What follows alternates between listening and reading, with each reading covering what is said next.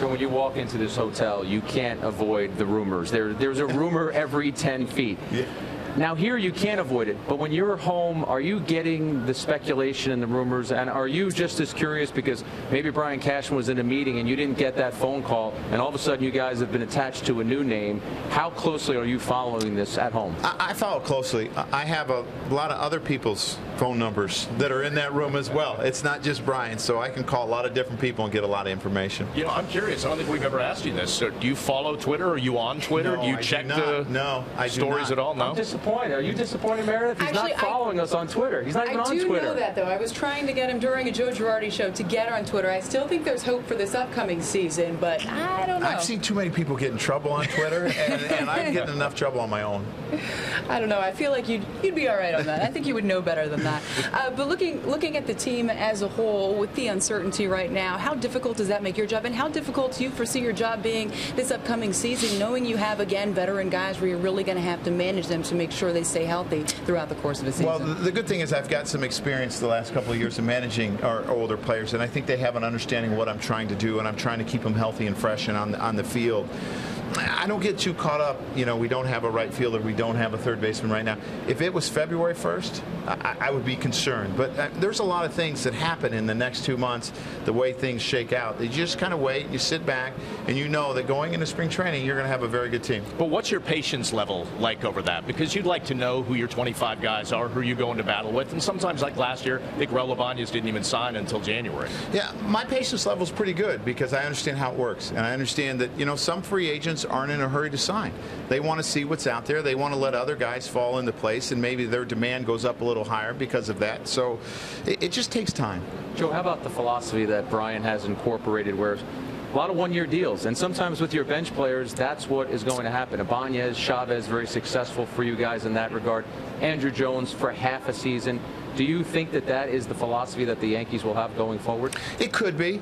You know, you could have a situation where one of your young guys becomes that bench player and you don't have to worry about it, and then, you know, you have them under control for 6 years. But for right now, it's that way a little bit. It was that way a little bit when I played. You know, there were some guys that came in on one-year deals and performed at a very high level, and then possibly we brought them back the next year. So I don't really worry about that, but I think that's the way it's going to be somewhat.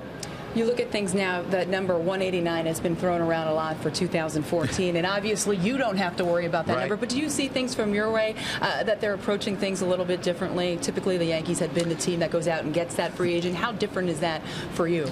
Well, I think they're approaching things a little bit differently because we have some injuries to guys who we expected to be out there every day. So I think that changes the philosophy a little bit because, you know, you talk about you expect a guy to be back, and you expect him to be back for a couple of years, so you don't really want a guy.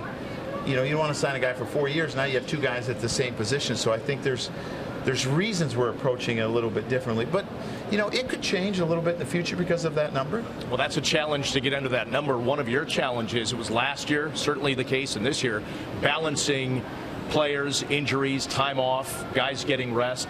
How much of a challenge has that become for you, knowing that you're going to have to do it again this year? Well, I understand what I have to do. I have a plan going in, but just like a baseball game, it never goes according to plan because sometimes you know you want to get a guy a day off and another guy's injured and you can't give him a day off, so he has to play a couple days and you got to figure it out later, or you look at matchups and try to find, you know, where's the best time to give him a day off, and something comes up where it changes your mind. So it's just you have to be cognizant of how many days they play in a row, how they look out there, how are they bouncing back every day. And if you do and you pay attention and you watch, it's not too hard. So how about yourself? I'm sorry, Meredith. I was going to say, we asked a lot about one-year deals. You're in the final year of your contract. How does that impact you as you go towards 2013? It really doesn't. It's something I've been through before. I've been through it as a player. I've been through it as a manager. I don't worry about it. I have a job to do. I'm going to go out and do my job, and I'll worry about 2014 then. So you talked about a lot of the different positions, and you spoke a little bit about Mariano Rivera, but the bullpen as a whole, that seems to be one area that's pretty much set. How comfortable do you feel going into next season the way you're situated right now? You know, I feel pretty good about our bullpen. Obviously, we have Cesar Cabral coming back, a left-hander that we expected to help us last year. We expect him to help us next year at some point, and he'll be in the mix. You know, there'll be some competition down there. I think David Phelps did a wonderful job for us. Epley did a good job. We have Jabba back. So I feel pretty good about our bullpen and moving forward.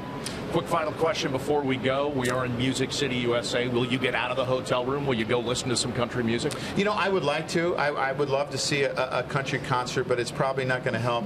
It's probably not going to happen tonight, but I would love to because I'm a big country music fan. It always seems to happen that way at the winter meetings, Yes, no it doubt. does. Joe, great to have you with us. Thanks. Thank you.